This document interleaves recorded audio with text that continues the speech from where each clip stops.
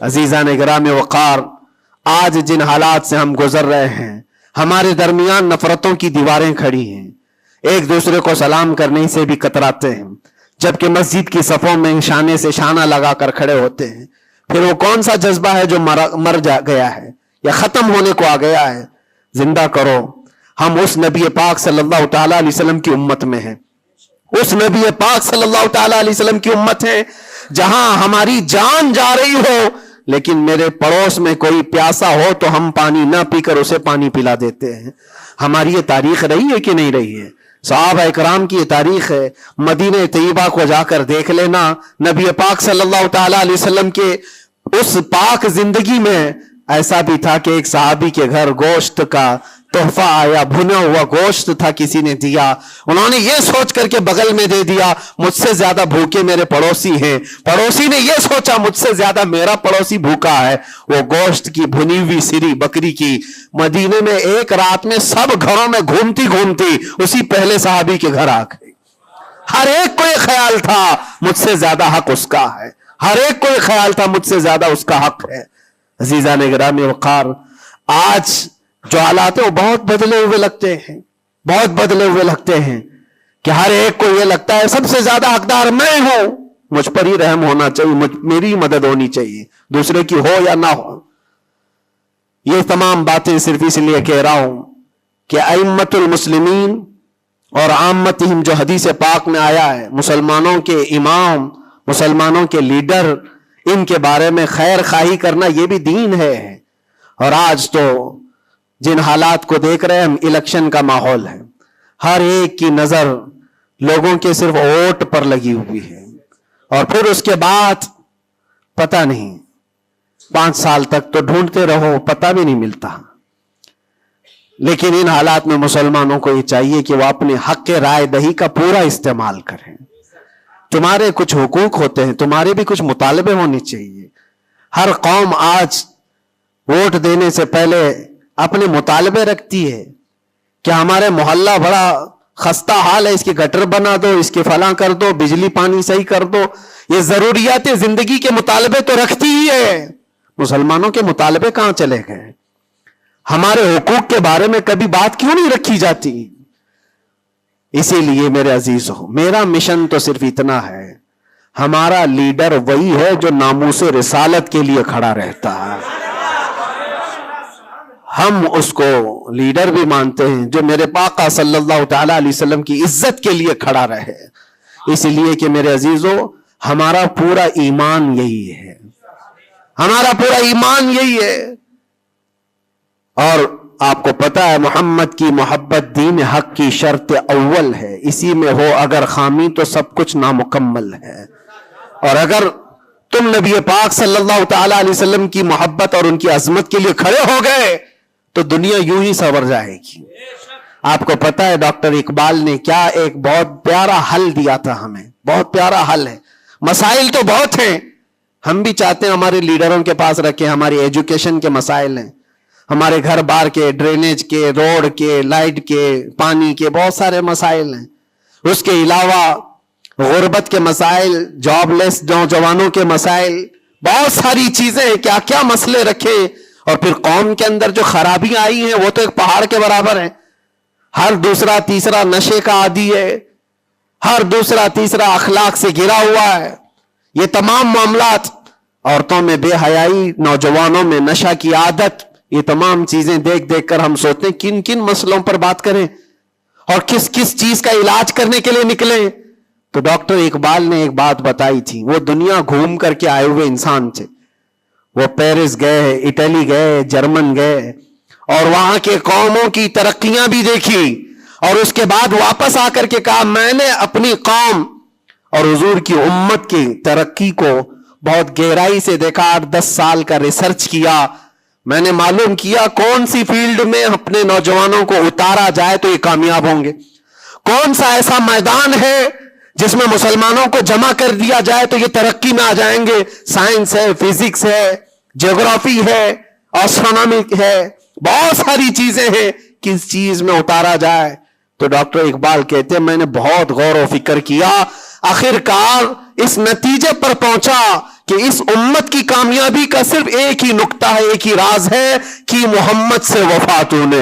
تو ہم تیرے ہیں, یہ جہاں چیز ہے کیا لوح و قلم تیرے ہیں, لوح و قلم تیرے ہیں. ہر مسئلے کا حل اس بات پر ہے. اسی لیے میں فوکس کرتا ہوں میرے عزیزو, نبی پاک صلی اللہ تعالی علیہ وسلم کی عزت کی حفاظت کے لیے جو کھڑا ہوتا ہے, اللہ تعالیٰ اس کے سارے مسائل کو یوں حل کر دیتا ہے. اسی لیے آیت کریمہ بھی میں نے یہ پڑھی, ان ینصرکم اللہ فلا غالب لکم. اللہ فرماتا ہے اگر اللہ تمہاری مدد کر دے تو دنیا میں سے کوئی ایسا نہیں جو تم پر غلبہ حاصل کر سکے. کوئی غالب نہیں آ سکتا اگر اللہ مدد کر دیا.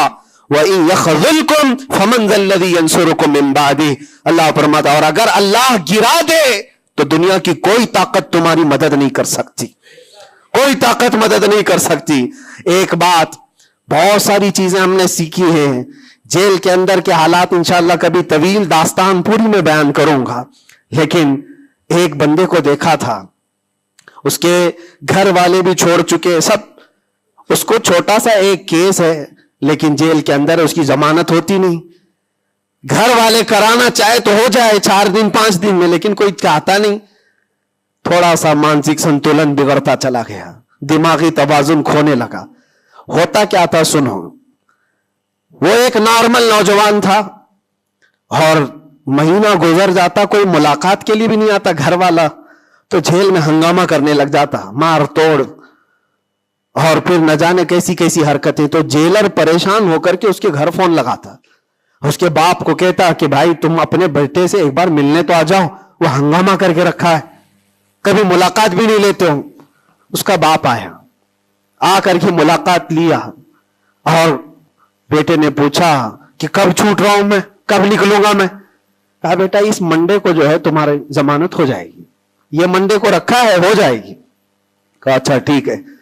اتنا خوشی خوشی سب قیدیوں سے ملنے کے لیے آتا بیرک میں, اے منڈے تو میرا ہو گیا, میں جا رہا ہوں. میرے باپ نے کہا ہے منڈے آتا, ٹیوزڈے آتا, وینسڈے آتا, سب چلا جاتا, ختم. پھر 10-15 دن گزر جاتے, باپ بھی نہیں آتا, بھائی بھی نہیں آتا, اور پھر مہینہ گزرنے کو آتا, پھر اس کا دماغی توازن بگڑنے لگتا, پھر ہنگامہ کرتا, پھر جیلر فون کر کے بلاتا باپ سے کہ ملنے کیوں نہیں آتے ہو.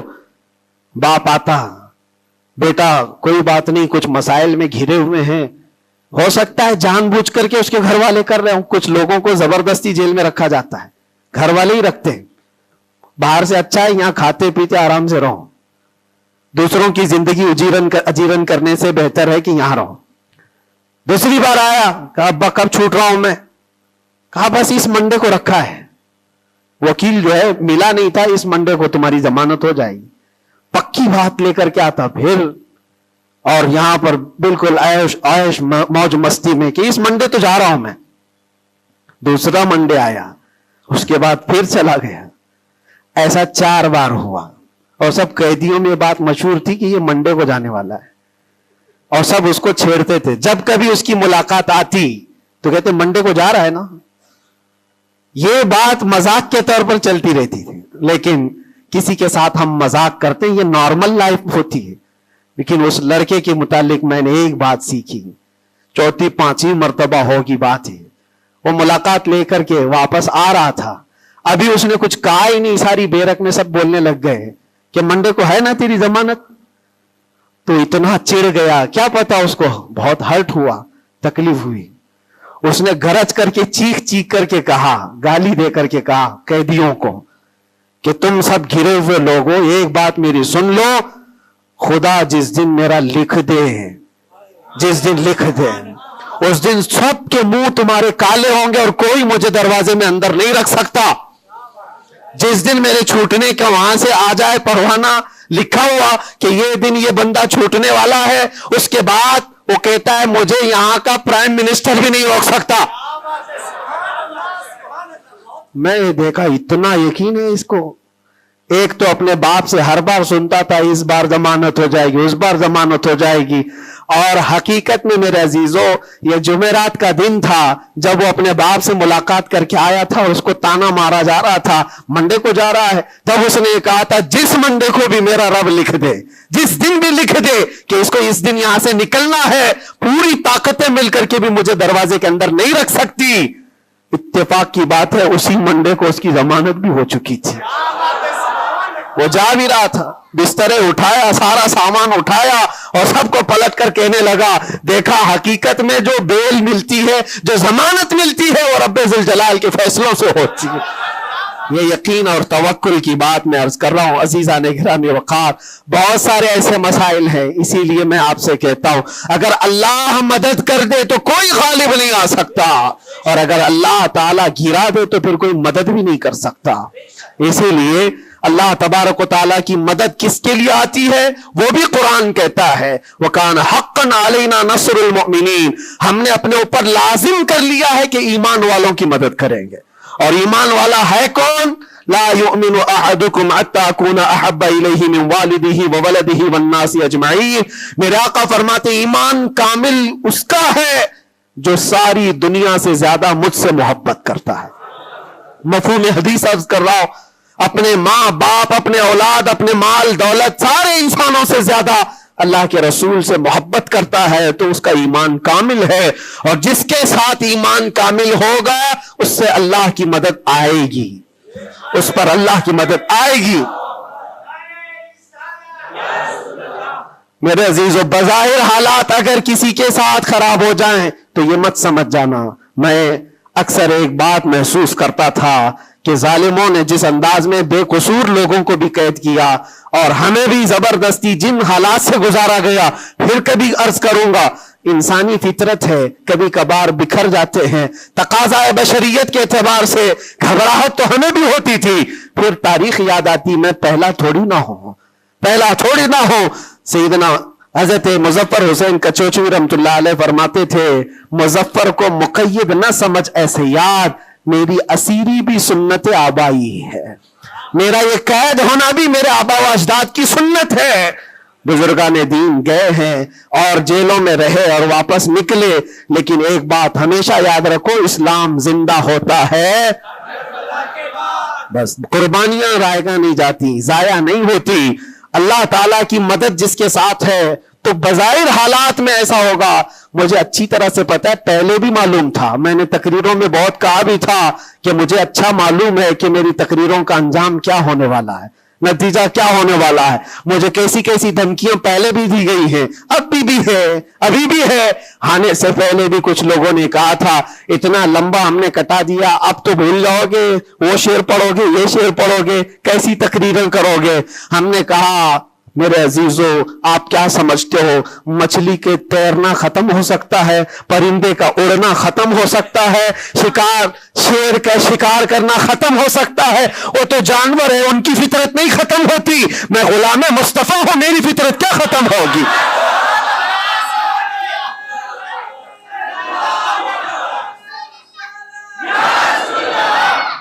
میں غلام مصطفیٰ ہوں، حق بات بولنا میری فطرت ہے، اور ہم اپنی فطرت سے بغاوت نہیں کرتے۔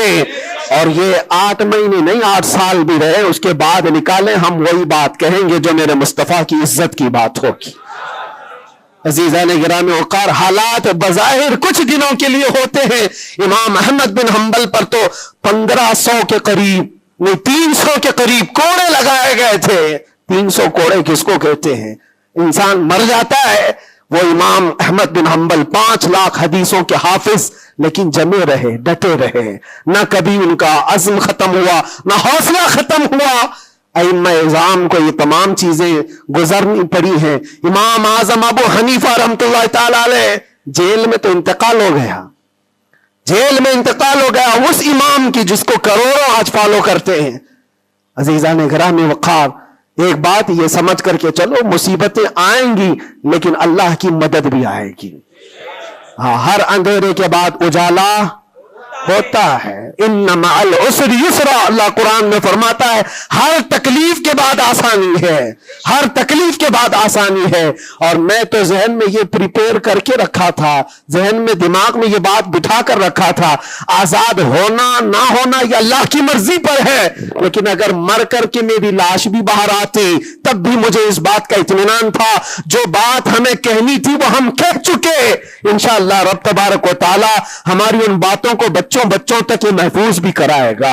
اور مجھے تو باہر کی خبریں زیادہ نہیں ملتی تھی کہ یہاں لوگوں کے دلوں میں کیا جذبات ہیں، بچوں کے دلوں میں کیا جذبات ہیں، لیکن قیدی جب جاتے تھے چھٹی پر 4 دن 5 دن اور واپس آتے تو یہی کہتے ڈسکس تو ہمارا کچھ نہیں ہوتا، آپ کے بارے میں ہمارا خاندان پوچھتا رہتا ہے.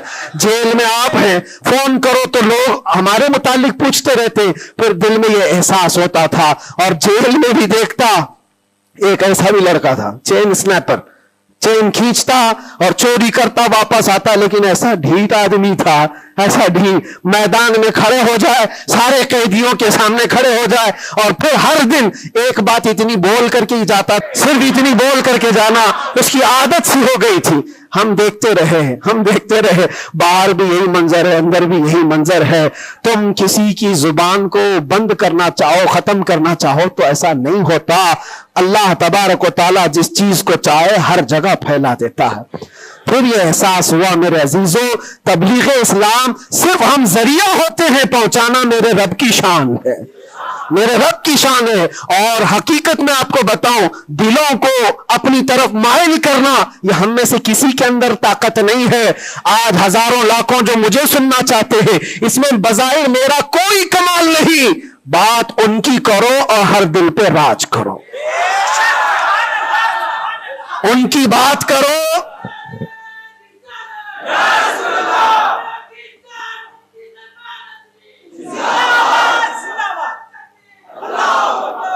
اسی لیے آج کے حالات میں آخری باتیں عرض کر رہا ہوں، میں معذرت چاہتا ہوں آج تھوڑا سا وقت زیادہ ہوا ہے، اس لیے کہ یہ ہماری مسجد ہے اور ہمارے اوپر کوئی یہاں پابندی نہیں ہے. یہاں پر الحمدللہ جو لوگ بیٹھے ہیں 8 مہینے کے بعد سن رہے، 9 مہینے کے بعد سن رہے ہیں، تو تھوڑی کسر میں بھی نکال لوں. اس لیے میں تھوڑا زیادہ وقت آپ کے ساتھ لے رہا ہوں. ان حالات کے ساتھ جو آپ کو فیصلہ لینا ہے میرے عزیزوں، سوچ سمجھ کر کے اپنا مطالبہ بھی تو رکھو، اپنا مطالبہ بھی رکھو کہ ہم ان لیڈروں کے ساتھ کھڑے ہیں جو 500 روپے بانٹ کر کے، گلے میں پٹے ڈلوا کر کے، ہمیں نعرے لگوا کر کے گھما لے. بس نہیں، ہمارا مقصد اور ہمارا مطالبہ اتنا ہو، ان حکام، ان لیڈروں کے پاس یہ بات رکھو، میرا گھر میرا محلہ نہ بنا پایا تو کوئی بات نہیں، لیکن اتنا وعدہ کرو کہ میرے مصطفیٰ کی عزت پر جب بات آئے تو تم ڈٹ کر کھڑے رہو گے. یہ گستاخیوں کا ماحول ختم ہونا چاہیے، ہونا چاہیے کہ نہیں ہونا چاہیے. اسی لیے میرے عزیزوں، اور بظاہر ہماری بات یہ ہے کہ ہم سب سے ان لوگوں سے محبت ضرور کرتے ہیں جو قوم و ملت اور ملک کی فلاح و بہبودی اور میرے حضور پاک کی عزت کے لیے کھڑے ہوتے ہیں. ہم ان کے ساتھ ہیں کسی بھی طرح سے. ہمارا تو مقصد، ہمارا مشن صرف اتنا ہے، کسی کی جے وجے کیوں پکارے، کیا غرض ہم کو، ہمیں کافی ہے سید اپنا نعرہ، ہمیں کافی ہے سید اپنا نعرہ یا رسول اللہ. ہم اس مشن کے آدمی ہیں. لیکن پھر بھی جن حضرات نے بھی محبتوں کے ساتھ ہمارے نام کو پھیلایا ہے، ان کے مقاصد اگر صرف پولیٹیکل ہیں تو ہمارا ان کے ساتھ کوئی بھی لین دین نہیں، ہمارا ان کے ساتھ کوئی تعلق نہیں. ہاں اگر اس لیے ہمارے نام کا استعمال کیا یا ہمیں بلایا یا ہمیں کھڑا کیا کہ اللہ کے نبی صلی اللہ تعالی علیہ وسلم کی ناموس اور ان کی عزت کے لیے ہے، تو ہم ہر دن آپ کے ساتھ ہیں، ہم ہر دن آپ کے ساتھ ہیں. لوگوں کو یہ لگ رہا ہے الیکشن آیا ہے، مفتی صاحب اس لیڈر کے پاس جا رہے ہیں، اس لیڈر کے پاس جا رہے ہیں، یہ سب افواہیں بہت ساری پھیلی ہیں. میرے عزیزوں تھوڑا انتظار کرو. اور میں ان سیاسی نیتاؤں سے بھی کہوں گا، آپ الیکشن میں کنٹریبیوٹ کر رہے ہیں، حصہ لے رہے ہیں، سیاست میں آپ موجود ہیں، آگے بڑھو، ہم آپ کو روک نہیں رہے ہیں. لیکن اگر واقعی مقصد یہ ہے کہ قوم و ملت اور ملک اور میرے دین کی عزت اور حضور پاک کی عزت کے لیے آگے چل کر کے آواز اٹھائیں گے تو میرا آج آپ کے ساتھ کھڑا ہونا کوئی ضروری نہیں. الیکشن گزر جانے تو پھر ہر دن آپ کے ساتھ کھڑے, الیکشن ہو جانے کے بعد بھی ہم کھڑے ہیں آپ کے ساتھ, لیکن الیکشن سے پہلے ہی اگر آپ کو ہمیں چاہیے تو لوگوں میں یہ خلفشار مچا ہوا ہے, ایک خلفشار مچا ہوا ہے کہ مفتی صاحب ناموس رسالت کے اس عظیم مشن کو سیاسی لوگوں کے درمیان پھیلا رہے ہیں. میرے عزیزوں, میرا کہیں یہ مقصد نہیں ہے, کہیں یہ مقصد نہیں ہے. اللہ نے جو کرسی دی ہے نا وہ بہت بڑی کرسی ہے.